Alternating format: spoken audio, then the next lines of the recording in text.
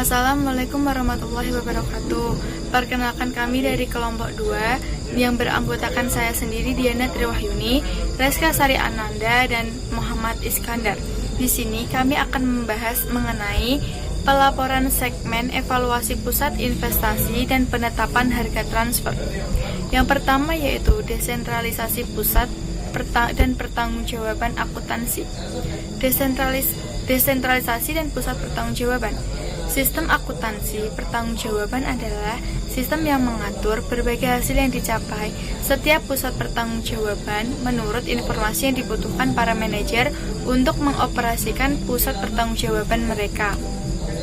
Perusahaan yang memiliki berbagai pusat pertanggungjawaban biasanya diberikan dua pilihan, yaitu sentralisasi dan desentralisasi, di mana sentralisasi yaitu berbagai keputusan dibuat pada tingkat manajemen puncak dan manajer pada jenjang yang lebih rendah bertanggung jawab atas pengimplementasi keputusan-keputusan tersebut. Sedangkan desentralisasi yaitu praktek pendelegasian wewenang pengambilan keputusan kepada jenjang yang lebih rendah. Divisi-divisi dalam perusahaan yang terdesentralisasi. Pembagian divisi dilakukan melalui 3 cara. Yang pertama yaitu berdasarkan jenis barang atau produk, yang kedua yaitu berdasarkan garis geografis, dan yang ketiga yaitu berdasarkan jenis pertanggungjawaban yang diberikan kepada manajer divisi saat perusahaan tumbuh. Jenis utama pusat pertanggungjawaban. Jenis utama pusat pertanggungjawaban dibagi menjadi 4, yaitu pusat biaya, di mana manajer bertanggung jawab hanya terhadap biaya. Yang kedua yaitu biaya pendapatan, di mana manajer bertanggung jawab hanya pada penjualan. Yang ketiga yaitu pusat laba, di mana manajer bertanggung jawab terhadap penjualan dan biaya. Dan yang terakhir yaitu pusat investasi, yaitu di mana manajer bertanggung jawab terhadap penjualan biaya dan investasi modal. Dua metode perhitungan laba yang telah dikembangkan yaitu satu berdasarkan biaya variabel dan yang lainnya berdasarkan biaya perhitungan penuh. Keduanya merupakan metode perhitungan biaya karena berkaitan dengan cara menentukan biaya produksi yang mencakup di dalamnya bahan baku langsung, tenaga kerja langsung, dan overhead. Perbedaan antara perhitungan biaya variabel dan biaya penuh bergantung pada perlakuan terhadap suatu biaya tertentu, yaitu overhead tetap. Perhitungan biaya variabel atau variable costing yang juga disebut perhitungan biaya langsung atau direct costing hanya membebankan biaya manufaktur variabel ke produk. Biaya-biaya ini meliputi bahan baku langsung, tenaga kerja langsung, dan overhead variabel. Dasar pemikiran ini adalah overhead tetap merupakan biaya kapasitas atau tetap dalam bisnis setelah periodenya berlalu. Setiap manfaat yang diberikan oleh kapasitas akan habis dan tidak boleh diinventarisasi. Mengevaluasi manajer pusat laba. Secara umum, jika kinerja laba diharapkan untuk mencerminkan kinerja manajerial, maka manajer berhak mengharapkan berlakunya hal-hal berikut. Yang pertama, ketika pendapatan penjualan meningkat dari satu periode ke periode berikutnya, sementara faktor-faktor lainnya tetap, maka laba akan meningkat. Yang kedua, ketika pendapatan penjualan menurun dari satu periode ke periode berikutnya, sementara faktor-faktor lainnya tetap, maka laba akan turun. Dan yang ketiga, ketika pendapatan penjualan tidak berubah dari satu periode ke periode berikutnya, sementara faktor-faktor lainnya tetap, maka laba akan tetap tidak berubah. Laporan laba rugi segmen dengan menggunakan perhitungan biaya variabel. Sebuah segmen adalah subunit dari suatu perusahaan yang cukup penting dalam pembuatan laporan kinerja. Segmen bisa berupa divisi, departemen, lini produk, kelompok pelanggan, dan lain-lain. Beban tetap dibagi menjadi 2 kategori, yaitu beban tetap langsung dan beban tetap umum. Beban tetap langsung adalah beban tetap yang secara langsung dapat ditelusuri ke suatu segmen.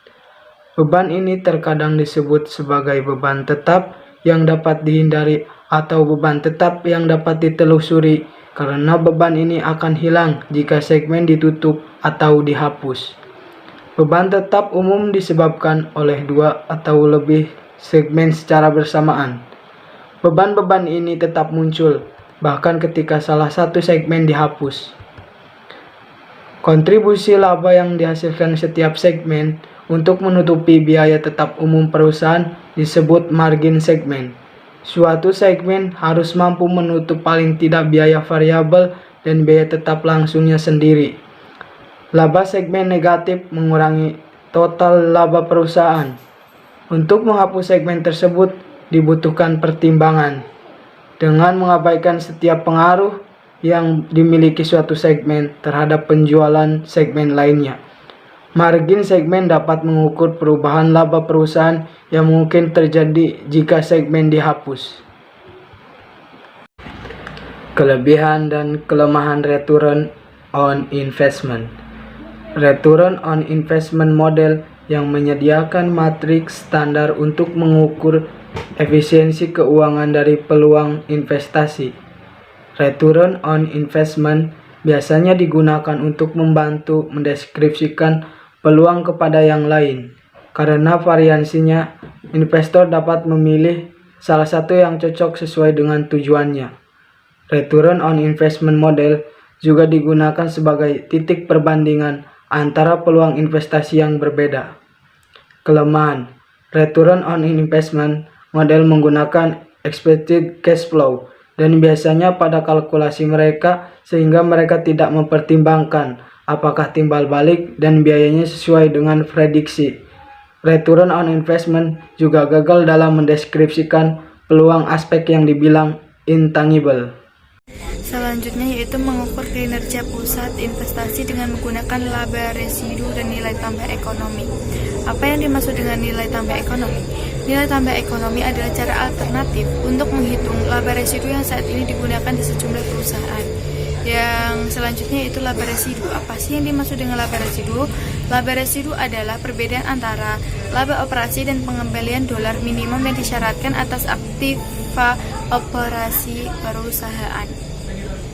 Keunggulan laba residu adalah pada saat manajer untuk menerima proyek apapun yang menghasilkan tingkat di atas minimum. Sedangkan tingkat kelemahannya terdapat dua kelemahan laba residu. Pertama adalah laba residu dapat mendorong operasi jangka pendek. Yang kedua yaitu laba residu adalah ukuran absolut dari profitabilitas. Nilai tambah ekonomi. Nilai tambah ekonomi adalah laba bersih dikurangi laba total biaya modal tahunan. Yang selanjutnya yaitu penetapan harga transfer. Pada banyak organisasi yang terdesentralisasi, keluaran dari salah satu divisi digunakan sebagai masukan pada divisi lainnya. Harga transfer adalah harga yang dibebankan untuk suatu komponen oleh divisi penjualan pada divisi pembeli di perusahaan yang sama. Dampak penetapan harga transfer terhadap divisi dan perusahaan secara keseluruhan. Ketika suatu divisi dari suatu perusahaan menjual pada divisi lain, kedua divisi tersebut dan perusahaan secara keseluruhan terkena pengaruhnya. Harga yang dikenakan untuk barang yang ditransfer mempengaruhi biaya divisi pembeli dan pendapatan divisi penjual. Kebijakan penetapan harga transfer. Dalam penyusunan suatu kebijakan penetapan harga transfer, kedua pendengar dari divisi penjual dan divisi pembeli harus dipertimbangkan. Harga transfer dibagi menjadi dua, yaitu harga transfer minimum dan harga transfer maksimum, di mana harga transfer minimum adalah harga transfer yang akan membuat keadaan divisi penjual tidak menjadi lebih buruk jika barang dijual pada divisi internal daripada dijual pada pihak luar. Yang kedua yaitu harga transfer maksimum adalah harga transfer yang akan membuat keadaan divisi pembeli tidak menjadi lebih buruk jika suatu input dibeli dari divisi internal daripada jika barang yang sama dibeli secara eksternal.